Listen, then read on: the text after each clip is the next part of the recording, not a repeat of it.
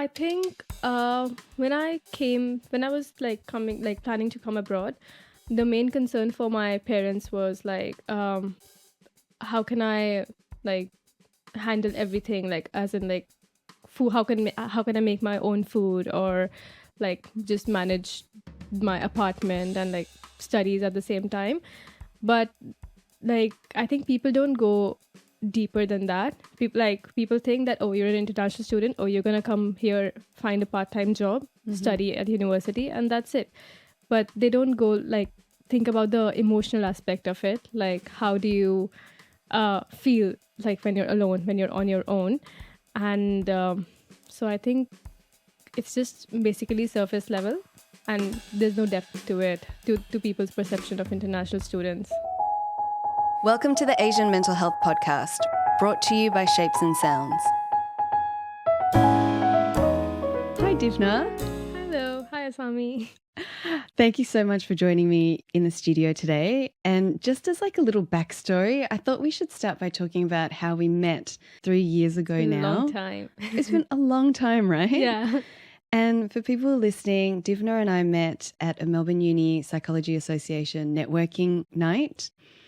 And what I remember about you is you were just like, oh, I'm really interested in Shapes and Sounds and I would love to volunteer.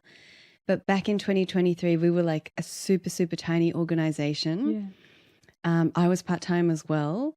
And so we didn't have capacity to host volunteers. But what was amazing about you, Divna, and why we've known each other for so long now is that every now and then you would just send me an email. You'd be like, hey, Asami, my resume has been updated. Yeah. Here are some new things I've done. I just want to send you my updated resume. And I'd be like, oh, my God, thanks. You know? Yeah, it's just like I just like to keep you updated. Hey, this is where I'm at right now. Let me know if you need me. Yeah, that was so good. Yeah. Like that is such an amazing life skill that you have, and like it's going to take you so far in life for sure. Like this is, yes, we're knocking on wood. And for everyone else that's listening, like tell me a little bit about you. So where was your home country? Like what are you studying? What have you been studying? And how long have you been in Melbourne now? So I am born and brought up in India, and I have stayed in at my hometown, which is Ludhiana in Punjab, till I was 18. So I've never really like studied anywhere else, and like traveled more than like a week anywhere else. So wow. Yeah, it was just like a huge jump for me. And then once I turned 18, I was like, I really wanted to like study abroad. It was like it was down to either Australia or Canada. So specifically Unimel or UBC. So yeah, I chose Unimel because of the program and like because I had to study 3 years. So like yeah, looking at the pros and cons, I decided on Melbourne. As opposed to 4 years. Yes. Yeah. Yeah. So I studied psychology. I graduated last year, December. And I'm currently doing early childhood, like a diploma in early childhood, which makes sense because I'm a person who's quite interested in like, you know, emotions, mental health, and like how we can support one another. So yeah. I hope that in this episode today, as we kind of dive into our big discussion, that you can shed light into what some of those kind of hidden bits or the nuances are about the international student experience. Yeah. So today what we're going to do is we're going to listen to a collection of voice memos from someone called Tina Liu. And she is a psychologist on the Shapes and Sounds Asian Mental Health Practitioner list. So if you're looking for a therapist, one who is Asian, you can find a big database over on the Shapes and Sounds website. It's just shapesandsounds.com. But Tina is a psychologist at MindBodyHeart Psychology, and she not only works with a lot of international students, but she was an international student herself, and she kind of stayed on to live and work and build her career and her family here. So Yo, our senior producer, reached out to Tina and asked her if she could share snippets from her experience and asked her to kind of like look back on her life and her experience. And we thought it would be interesting as someone who is a therapist as well. Yeah. Right? So what we're going to do today is we'll listen to Tina talk and then we'll just share our reflections, and I would love to hear like if they resonate with you, if you agree or disagree. Disagreeing is good too. And we'll kind of go from there. But how does that sound? Sounds very exciting. Like I want to know a therapist's perspective about the international students. Yeah. Yes. Let's do it. Hello everyone, my name is Tina. So I was born in China. I finished my primary school there until I was 12 or 13 years old. And then I moved to Singapore for secondary school education. I finished first year of junior college. And then I moved to Melbourne for high school. I did a foundation program and I've been here living in Melbourne since. So for those who don't know what is a foundation program, it's basically a 1-year program, year 12 high school equivalent program for international students. Once you finish that, you can, depending on your grades, you can apply for all the universities throughout Australia. Wow. Yeah. I did not know about that program. Oh, the foundation No, I program? didn't. Yeah. Yeah. And I believe Tina was 17 when she moved here too. Yeah. So it's a weird situation. Basically, I was gonna be 17 when I came here, but like the immigration, and they had that requirement that you have to have a guardian here. So I had to pay someone to be my guardian, but the visa didn't come until I was 18. So I did come here after just after I turned 18. So, Okay. yeah. Okay. So you were waiting for that visa to get the green light to come here. Yeah, I missed like 1 month of my semester because of that as well. Oh, wow. Yeah. Okay. All right. Let's have a listen to this next audio snippet.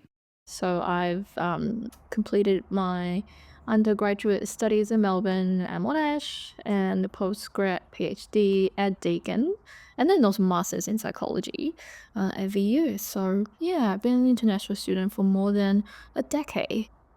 For my work as an academic, I used to work in a foundation program, and I was lecturing there, teaching psychology. It's funny to work for that foundation program because that was where I graduated from. So then when I finished my PhD, I went back and taught there for about 3 to 4 years. So mainly working with international students.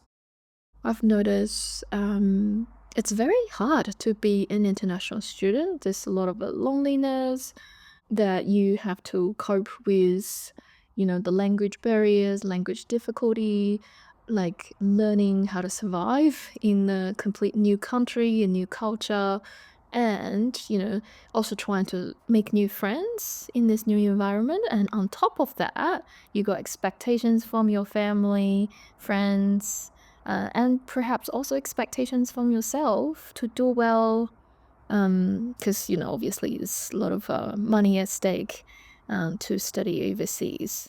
I think Tina's really starting to highlight some of those challenges, like loneliness that comes from being alone, but also adapting to a new country, a new culture, the financial aspect of being an international student. So I'm wondering, like, could you share about some of the challenges that you might have faced in your experience here? So initially, as I told you, like my visa arrived late and I came to Melbourne when it was like almost the middle of semester, and I couldn't attend the O week. For everyone who doesn't know, O week is basically like a week just before the start of semester where you can meet like new people and like find out about new clubs and everything. So I didn't get the opportunity to do that, and so I felt a bit like on my own, like what do I do, where I go from there, because like you can't navigate through the assignments if you don't already have people in the same, like if you don't know people in the same course as you. And like tutors you do don't help. even know where anything is. Yes. It's just tutors do help you at some point, but you still need a peer around you who can support you and guide you through with it. And then I think I could see the culture shock, even though I did strangely get adapted to it quite well with time. But initially I didn't know, like I had to do the bank stuff as well, like make my own bank account and like how does it work? Because initially I was just using my forex everywhere, what my parents gave me, because Yeah. that's what we know at Yeah, the point.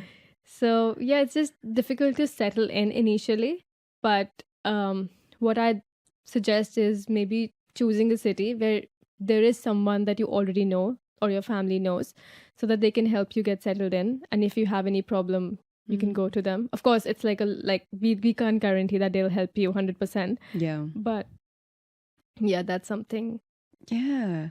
Do you have any stories of like an experience where you look back on it now and you're like, oh yeah, that was a real challenge. That was hard. Yeah, so I think one of those incidents would be like a couple of my friends were just walking around in the CBD area, the Melbourne Central CBD area, and like just someone like giving out a racial slur to us, which like made us quite uncomfortable, and we felt a bit unwelcome because they looked Australian, and like we are immigrants here. It was like it I came to Melbourne 2 months. Like it's only been 2 months since I Okay. came to Melbourne, and yeah, that comment really stayed with me for quite a while. Yeah, wow. Yeah, And it was just like unprovoked, like you were just minding your own business and Yeah. then someone yelled something out. yeah. It's just it like you. I did feel hurt at one point. Like, why are you saying that? Like, why is there so much hate around everyone else? Yeah. So yeah, Man, I think people underestimate, like, you know, it's a passing comment, as in like someone's just passing by you and saying it, not in intensity, but it's like how much that can rattle people, right? Yeah. And like could stay with you for 3 years, would probably stay for a lot longer too. Yeah. And how that really shapes like your sense of safety in this country as well. Yeah, you do feel a bit anxious, like when you're walking alone, and like I have seen instances of unpredictable public behavior, especially in like trams, or like there's one spot in the CBD area called Elizabeth Street, and like so it's quite famous for that. Yeah. So yeah, I think I do feel a bit like I do quite tend to avoid that area. Yep. So, but yeah. Yeah. And all of these things are different, like, I don't know, bits of info that you have to carry to keep yourself safe. But every little bit kind of like, you know, it weighs something on you. Yeah, it does. Like you do have that internal, like we don't understand how much anxiety we carry from this one little incident. So Yeah. yeah. Yeah. That sucks. I'm sorry that happened. 2 months in. Yeah. It's fine now. Yeah. You're like, All it's good. fine. Yeah. I'm going to play the next piece, yeah? In my experience, I sort of realized even though all of university have a support system at place, you know, like each uni have a well-being team and offer free counseling, but not all international students know how to access them. Perhaps a part of it's, you know, not understanding the university system, that there's such a support system in place to help them, or sometimes perhaps it's a bit of a language barrier. Yeah, there could be a combination of many reasons. In terms of what Tina's saying, I feel like this is a theme that I've heard from many different students and many people as well, about not even knowing that specific counselling services or uni support services or headspace or any kind of mental health service exists, or secondly, how to access them, and that a lot of those programs are free as well. But I think another program that you've shared with me that is a support service for many students out there is that peer mentorship program. So I was wondering if you could tell me about your experience being a peer mentor. So basically, when you're in your second or third year, or even in your second semester, once you've cleared out your first semester, you can apply to become a peer mentor, where you become a mentor for the students who just like got admitted to the university. And so you get a group, and then you meet for 5 or 6 weeks, once every week, and yeah, you basically just getting them together at one place, talking about things, or even we did some activities as well. So just creating a bonding moment, and also helping them navigate through the university process. So yeah, I think that's what peer mentor was. Yeah. Do you recommend other people and other international students to get involved in the program? 100%. Yeah. Like, my only problem is that the universities only do that for students who are in their first year. But I think everyone needs a mentor, even if it's like your same age, or they just need a peer. So I think it should be, expanded to other students as well, not just the first sem students. That's true. So yeah, because I came late. I couldn't get enrolled in the peer mentor. I did not know about that. And like I was quite clueless with university. So I just wanted to provide what I couldn't have to those students. Yeah, if that wow. makes sense. Yeah. Yeah. What kind of things did you do? So I took them each week. I took them to like a cool spot at the university. There was like an Ida bar, like which is famous in Unimel, or like a sports center which had like a lounge area. So just like chill spots. There's also a student pavilion where you're not like it's a library. Where you're not allowed to study. It's like a games, novels, books, like that kind of library. Okay. So yeah, I think I took them to those spots and we played like card games. And on the first session, I took them to like different places. Like I asked them where your classes are, and I took them to those buildings. Okay, so here you will have your classes. So you can just maybe mark that on your Google map or something. But yeah. At least you know where it is. Yeah, because that's the confusing part. You don't know where your classes are. You don't. Initially, no. And the I missed campus a is few so classes big. because of that. Yeah. Because it's a huge university. Yeah. I used to work there and I went there and then I worked there. But even now, I don't really know where anything is. Yeah. I just knew which building I worked at, where the coffee was, and then like how to get to that building and then back. No, yeah. And how do people find this program? Like if someone was brand new to Melbourne Uni, how do they even find this program? Like where do you find that info? I think you do receive an email that you've been allocated to it. It's just like, okay, you got to read your emails, everyone. yeah, every now and then, and got enrolled early, I think. Okay. Yeah, not like me. How did you find it? Like, did you enjoy taking on that role? Like, so when I look back at my Unimel experience, I think my most favorite part was like getting involved in the peer mentor program. Really? My Okay. only regret is that I didn't do it for more than one semester. I really wanted to. Like if I could go back, I would change that, because it just like I am the kind of person who gets like pleasure in knowing that I helped someone. So for me to receive that feedback from my mentees that this was an amazing experience and we were glad to have you as our mentor, like that was like the best thing. And like, wow, I think if I ever feel like, oh, I've not done enough, I think I might just look at those messages and be like, okay, no, that's not that's not right. Yeah. Wow. I'm currently working as a practicing psychologist in a clinic, mainly serving Mandarin-speaking clients. So I see a lot of migrants, international students, mainly from the Mandarin-speaking community, as well as a lot of Southeast Asians. Sometimes they're coming to the clinic, getting help from the psychologist. It could be many reasons. Partly could be relationship issues that they're coping with, or coping with stress from their studies, or sometimes it's just, coping with their housemates. If you have the messy housemates and never do dishes, that's pretty stressful, and on top of a lot of pressure from trying to do well at uni. I think the messy housemates one and housing really resonates with me, especially like all these little stresses that add up. But I don't know if something resonates with you in what Tina was talking about. I think like 100%, like the housing stress is one of the like biggest stresses for international students, because one of my friends, she's shifted in a student accommodation. So basically once she moved in, there were like fruit flies in the fridge. Okay. And like the air conditioning wasn't working at all, and it was just quite stressful for that person, because you don't know where you can go, because you can't just call your parents, I have this problem, what do I do? Like, because again, you're on your own there.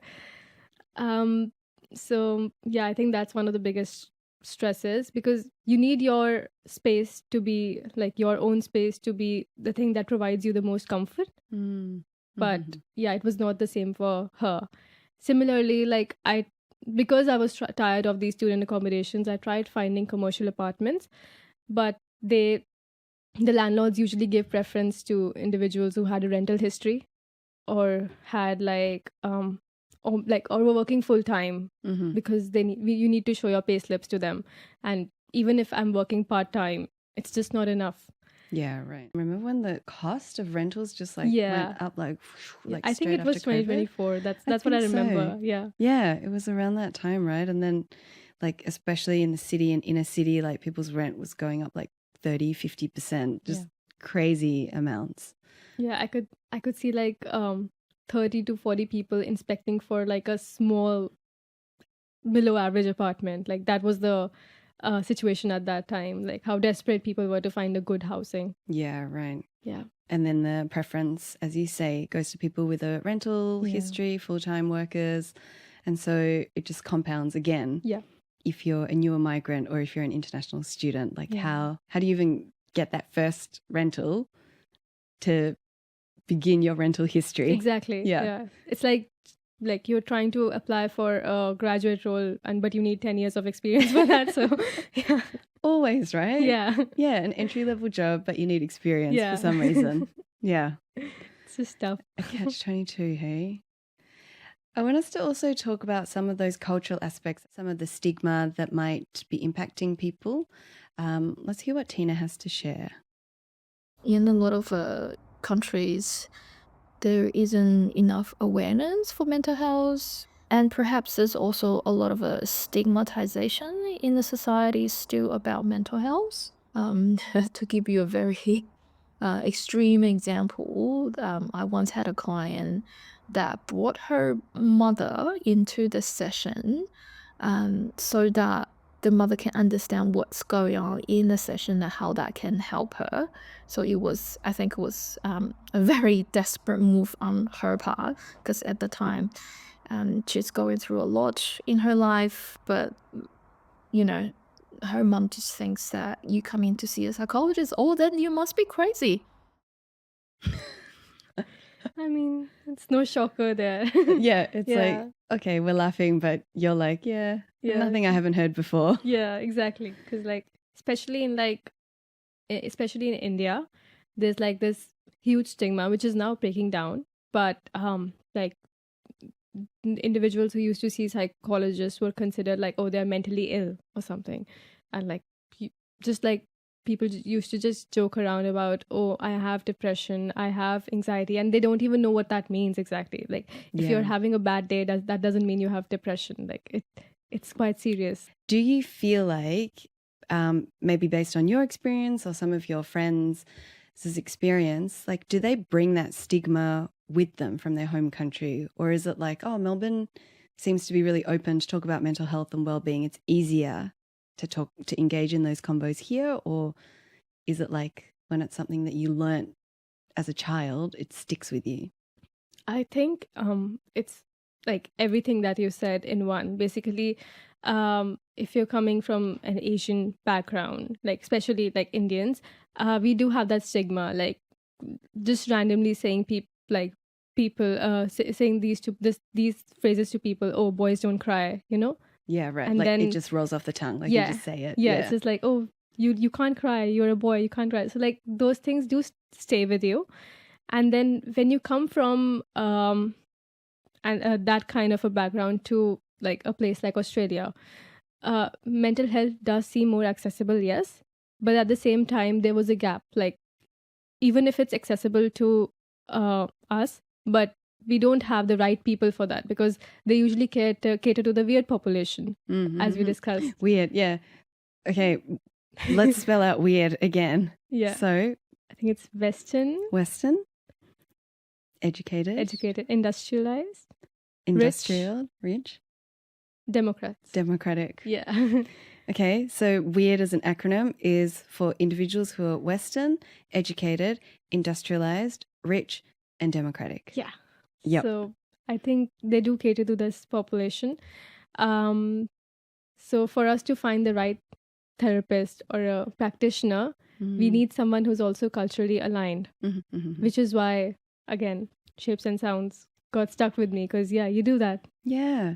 Do you feel that, like, when you see, just say, like, you're looking for a psychologist or a therapist or something, and then you see a particular practitioner's website and you're like, oh, this isn't for me. Do you feel that?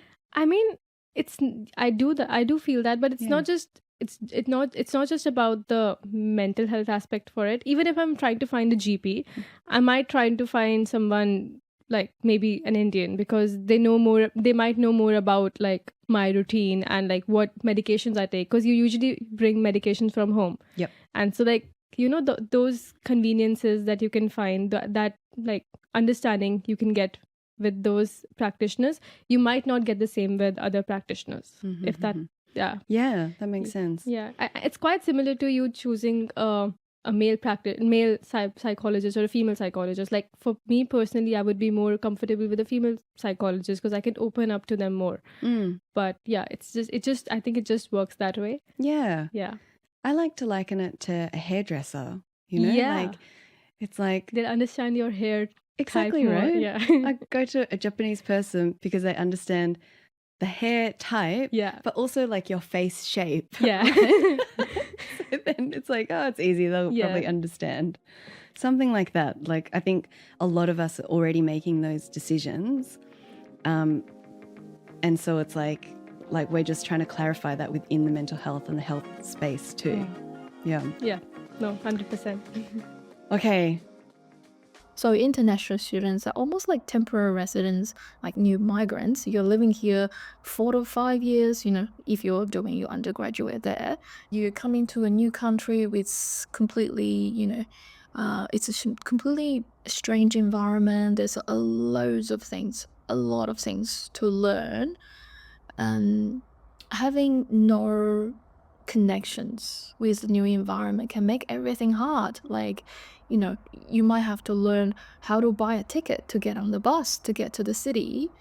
But if you have a local friends that can just, you know, teach you in like less than 5 seconds. Or if you want to find a really nice Italian restaurant on Ligon, but having no information whatsoever, you might have to try all the restaurants one by yourself. But having some friends there, you get the information really, really quickly. Okay, that's a great example of a challenge. Like, just for anyone who doesn't know about Lygon Street is in Carlton, just next to the Melbourne CBD, and it's a famous street, I would say, with like a lot of Italian restaurants and Italian culture. Right? I think Lygon Street is like it's a place where Italian immigrants came and settled, and like they opened those restaurants, which is why it's so authentic. Like Italian. It's great, isn't it? Yeah, it's got I love it. Like a real energy. And I think having the right people besides you when you're in a completely new country, it's like one of the most important things as an international student, as an immigrant, because you're basically clueless here, and you need a person who's more than just a tour guide, who is also like a friend that's trying to help you out. Yeah, and it's those little things, isn't it? Like Tina was saying, like how to buy a bus ticket or like a Myki. Yeah. How to charge your Myki. Yeah. Right? Or I've had a lot of experiences at filling up petrol. And, you know, in many Asian countries, like you don't fill up your own petrol. They Someone do it for you. comes. Yeah. So then people have asked me, like, excuse me, I know this sounds really silly, but how do I fill up petrol? Yeah. I was like, don't worry, I understand. Yeah, I'm from Asia too. Yeah. But it's like things like that are so stressful, right? Because like it comes under the culture shock. Like the things they do here is quite different than things that are done quite differently than things done in your home country. Yeah. So yeah. Do you have any examples, like any like, oh, this is really like small but so significant for me? Does anything come to mind? I think one of the things would be me trying to figure out the public transport, especially the trains. When I came here, I think I went to the opposite direction of where I was supposed to go because like I don't know which side the tram will take me. And in in my home country, I did not travel via public transport alone because it's quite unsafe. And which is, I was living in a bubble basically. And when you're just like transported from one place to another with no accessibility, no, sense of comfort, then yeah, like figuring things out can be a bit hard. But like with time, now I'm the person who guides everyone. Oh, you must go here, or you should try this, you should try this, because I want them to have those experiences and fall in love with the city, like how I did, Yeah, like well, just by basically exploring. yeah. Yeah. And getting on a train and you're like, okay, this is the right train, but realizing you've gone the wrong direction is so heartbreaking, isn't Yeah. it? You're like, And oh no. especially if it's late at night and Oh yeah. and didn't know, like, you have to like click on that button for for the tram to stop at the next stop. It's like very confusing. Have you had similar incidents? I have, and I think being in Tokyo, so I lived in Tokyo not as an international student, but around that age period, like 20 to 23. I grew up in Australia, but I went back to Tokyo. And the one thing that comes to mind, I don't know why I remember this, but there are places where everyone cycles in Tokyo, but there are places where you're not supposed to park your bike, and then there are places where you are near the stations usually. But everyone just parks their bike near the train station because it's near the train station. And I remember once I came home from work and I got off the train and like all the bikes along the road had been cleared. Oh. And I was like, oh my God, where's my bike? Right? Yeah. And everyone got there. Other people got off the train and they saw that their bike was gone, and then they just kept going. And I was like, where are you going? I was like, what do I do with my bike? And then, like, honestly, I was dumbfounded. Like, I had no idea what to do. So I just walked home. Mm. And then I didn't even know who to ask. Like, I just saw lots of people they just kept moving. So you just said goodbye to your bicycle there. Yeah. I was like, oh, okay. So now my bike's gone. And then I asked my housemate, and they were like, yeah, that's happened to me many times. This person was Australian, so it's a bit different. But they were like, oh, yeah, it's happened to me many times. And so I just buy a new bike. I was like, I don't have the money to buy a new bike. So then finally, it took me so long to realize that there's like a not a dump, but like lost and found? kind of like a lost and found, like, you know, where they take the cars. Yeah. But for bikes, there's something like that. And it's ages away, so I had to go like so far away by train to get my bike. I was like in trouble, so they get angry at you when you pick up your bike as well in Japanese. Had to fill out some form that I could barely read, then I had to pay a fine and then get my bike. But then because I was so far away, I had to cycle all the way home for like an hour, right?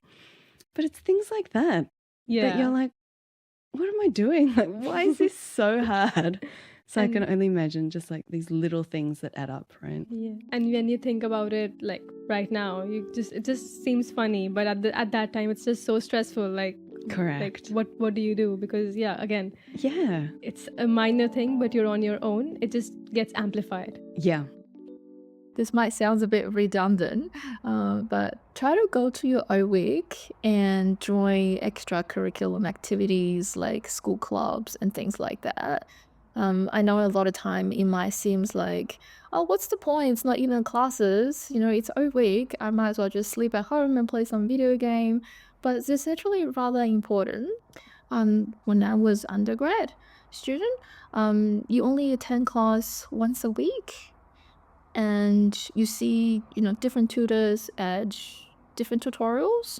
So if, you haven't been attending class regularly, it's just hard to make friends because there's not that much opportunity to be together with people and to meet people. But so thinking back about my experience as a fresh international student, I met my best friends all week. So I joined the fencing club. So at least you see some familiar faces.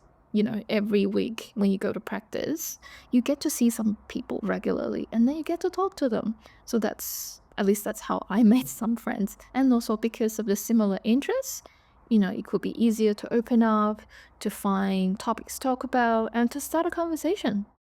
On top of trying to make friends, perhaps it's volunteering. So when you get to meet people, it can help to improve your language skills and then widen your connection and network. Yeah. I like that she's talking about O Week, and you've already highlighted you weren't here at O Week, so you couldn't make those initial connections, right? Yeah, I couldn't. And can I ask, like, how did you make friends and how did you start to build a bit of a network here? So I think one of the positives about UniMelb is that like there are a lot of clubs, there are a lot of activities almost every day. Like so I just followed everyone on social media, and I just became a member of all the clubs because you can become a member online as well. So I just became a member of all the clubs I could find and like I knew about. And there is a club at UniMelb called Bollywood Club.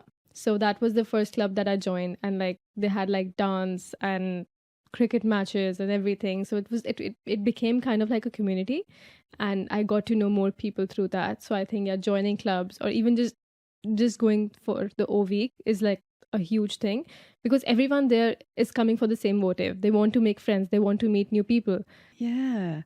Did you feel nervous at all signing up for these clubs or even the Bollywood Club, like the first time that you show up somewhere? Not for the Bollywood Club, because for other clubs, yes, but Bollywood Club is basically like my community. So you do feel at ease with your community, and you don't have to like uh think much of it because you are quite similar to each other. And yeah, I did feel quite at ease there, and it was like it became kind of like my comfort zone. But yeah, other clubs, if I think about it, yes, because there was a language barrier, there was like a difference in the behavior, because I think I joined a boba cup club, something like that, and like they had like board games and boba tea, and it was for the first time for me to try a boba tea because I never tried that before, and it was just something very new.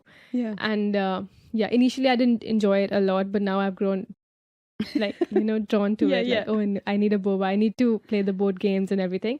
So yeah, initially you do feel quite out of your comfort zone, but I think that's needed for you to actually like grow and grow your potential and get to know more about yourself in other aspects. That's true, huh? Yeah.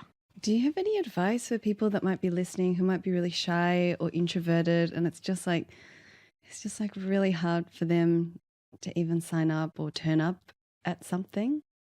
I think I would say maybe start from something low. So even if you're an introvert, you might be like reading novels, or you might be playing board games or something, or playing video games. So maybe you can start finding a club that resonates with you a lot, that you think might have people who are as passionate as you are about that thing, that can maybe like put you at ease with like bonding with them and just talking to them. Maybe even if you don't talk about other stuff, you can talk about that, because yeah, that might Like the come to you at Bollywood ease. one. Yeah. Like, So like maybe then you can build up on that, and once you do interact with people, you can just maybe go a bit like outside your comfort zone and a bit more. I think one I think it's step an at a active time. effort. Yeah, and acknowledging that it is going to feel uncomfortable. It is going to feel like a bit scary, or I don't know, like, oh God, why do I have to do this? But taking that effort to do it has rewards, is kind of what you're saying. Yeah. Let's have a listen to the next snippet from Tina. This might sound very redundant, is looking after yourself. Make sure you eat well and sleep well. So surprisingly, for a lot of students, when they're really busy trying to finish their assignments before the deadline, they pull a lot of all-nighters. Yeah, so that would definitely affect your concentration and your mood usually in the next day. Or, they can get a lot of takeaways.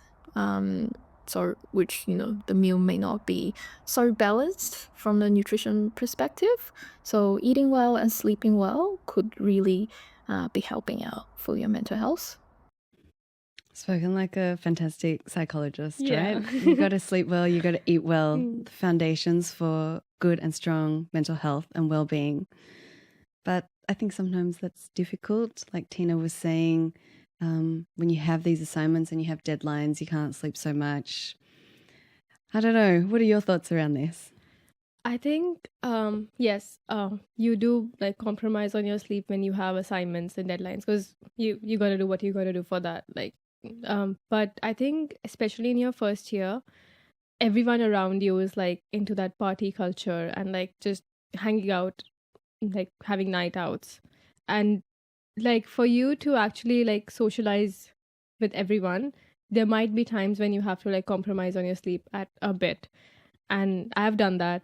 I still sometimes compromise on my sleep because like I'm juggling full-time work and uni and also like socializing at the same time, and which does get quite a lot. But I think it's all about your priorities. I try to like complete my sleeps on the weekends. Yeah, like just Yeah. log up the hours on the Yeah. weekend. Yeah. I mean, it's not healthy for sure, but yeah, I'm still trying to, like, I'm in my fourth year and I'm still trying to work on that. So as basic as it sounds, it's still pretty hard. Like, Yeah, and I think what you're highlighting is like, sure, sleeping is amazing, and 8 hours of sleep would be fantastic for all of us. But there's also a lot of health benefits about being social and connected to your friends. Yeah. That which one do you need more, right? Which health benefit do you Yeah. need more, like the sleep and the rest and the like the deep sleep, or do you need social connection? And which Yeah. one's going to fuel you in that particular moment? I think it basically comes down to pick your battles. Is it loneliness or is it a lack of sleep? So maybe Yeah. I chose the latter one. Well, one thing I've heard about sleep is that, sure, of course, sleeping between 7 to 8 or 7 to 9 hours is amazing. But actually, if you can't, something else to think about is to have really consistent sleep times. So if you're always sleeping midnight to 6 a.m., sure, that might be a bit short. And yes, we should sleep before 11, blah, blah, blah, for your rest, whatever. But if it's consistent, then it's actually really good for your body. And sometimes like that consistency outweighs a longer night's sleep. Yeah. So It there's creates different ways. it creates a body clock for you. Like, body knows when it's time to go to sleep and when it's like time to wake up. What about the eating part and like the taking care of yourself in that aspect, feeding yourself properly, groceries, etc.?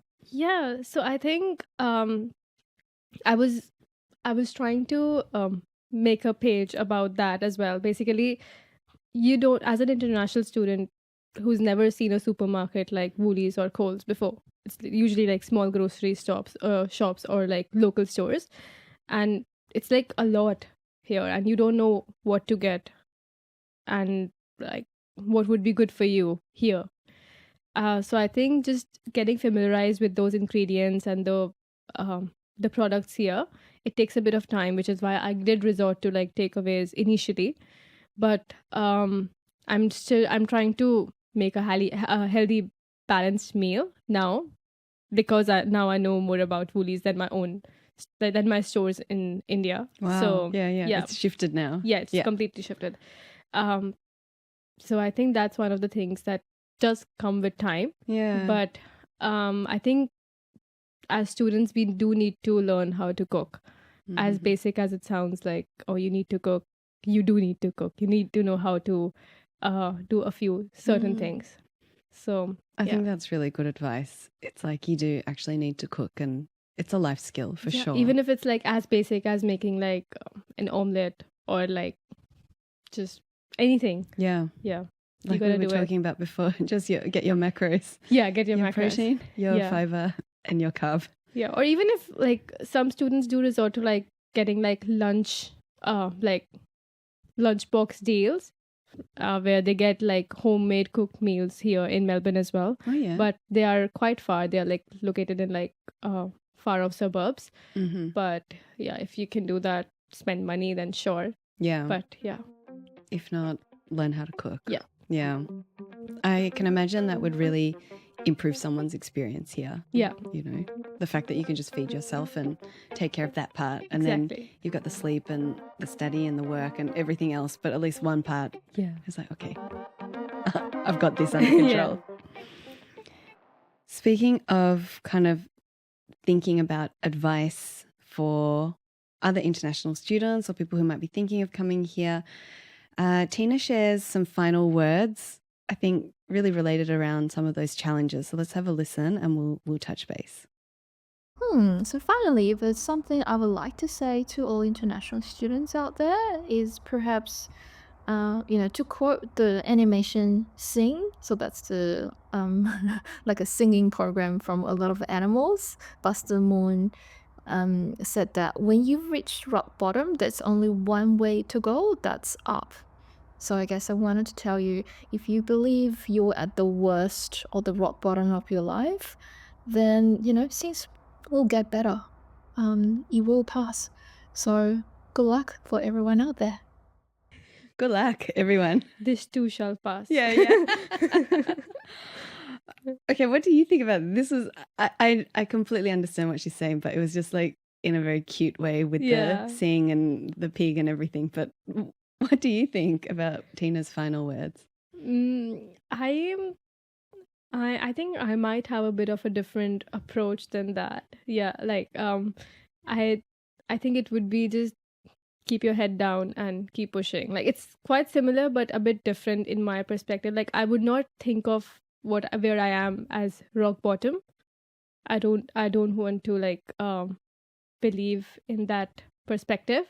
That because at the same time, even if I'm facing these hardships and everything, I'm still very grateful for this experience, because not everyone gets to experience like studying abroad or just moving to Melbourne, which is rated like the best city in the world. Like it is, isn't it? I think, I think this year it was. So like everyone is like, oh, Melbourne is but I think I do like to feel pretty grounded about that. And if I'm saying that, oh, I'm hitting rock bottom, I think that's like maybe not being grateful enough for the opportunities I had.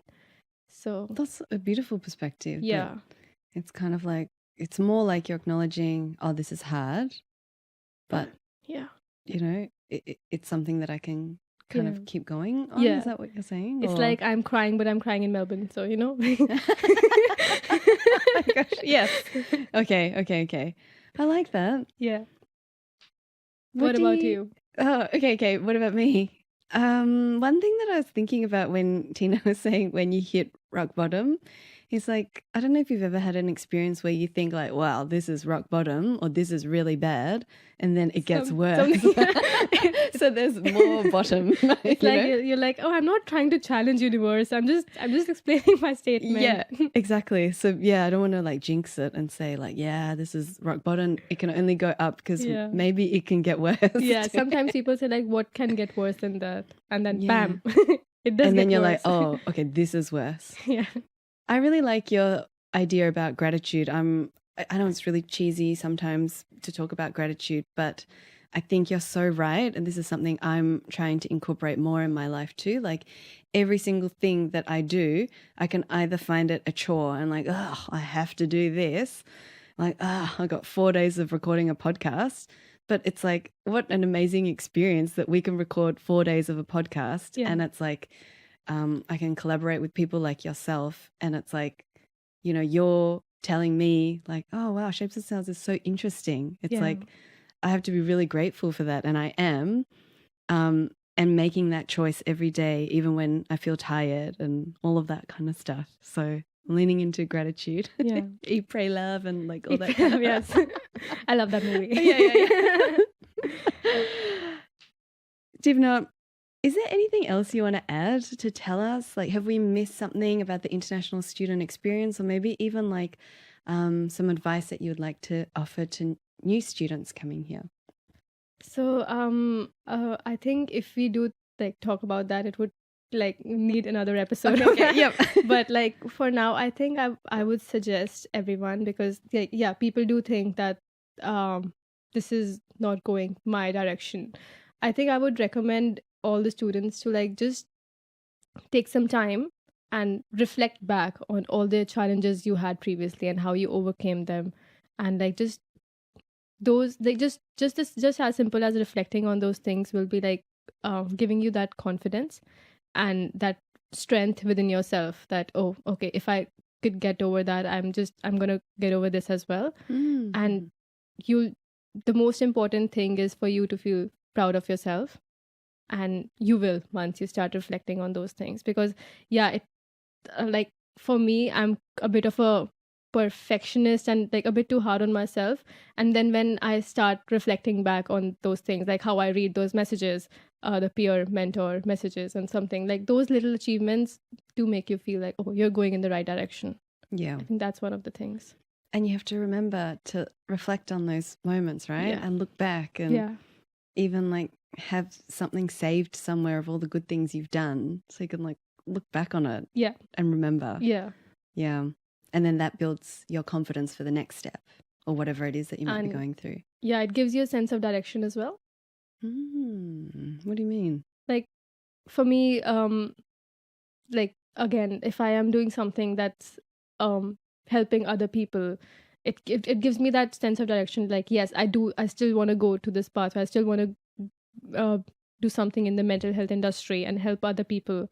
So just getting that strength within yourself to like just persuade as much as you can for helping out others. Yeah. While also helping yourself. Always got to take care of yourself, right? Yeah. I don't know why we have to whisper that at the end. Well, thank you, Divna. Thank you so much for joining me here. And firstly, like for staying in touch all these years. It's so great that we're finally here doing this together.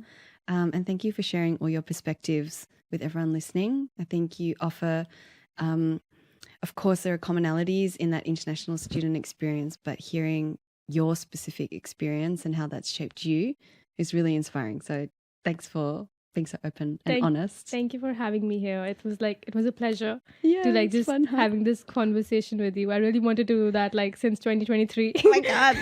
This is 3 years in the making. Hard work pays off. Well, hopefully this is not the last convo, right? Yes, hopefully, yes. This is just one episode in our lives. Yeah. Many more to come. Well, thank you everyone for listening to our convo today as well. Remember, you can always find us on Instagram and LinkedIn at Just Shapes and Sounds. Please subscribe and leave us a review on your favorite podcast app, because doing that really helps other people to find this podcast, and we would love for more people to listen. If you can, please share this episode with your friends, especially if you know an international student or if you are an international student or somehow connected with that community, because word of mouth is really what helps to destigmatize mental health within Asian communities. So thanks so much, Divnoor, for joining me, and see you again soon. Bye. Bye. The Asian Mental Health Podcast is a production from Shapes and Sounds, and it's made on the stolen lands of the Wurundjeri Woiwurrung people of the Kulin Nation. This show is hosted by Asami Koike and Marcus Lai and produced by Yo Chung. This season is brought to you by Embrace Multicultural Mental Health. All thoughts and ideas you hear are independently ours and our guests.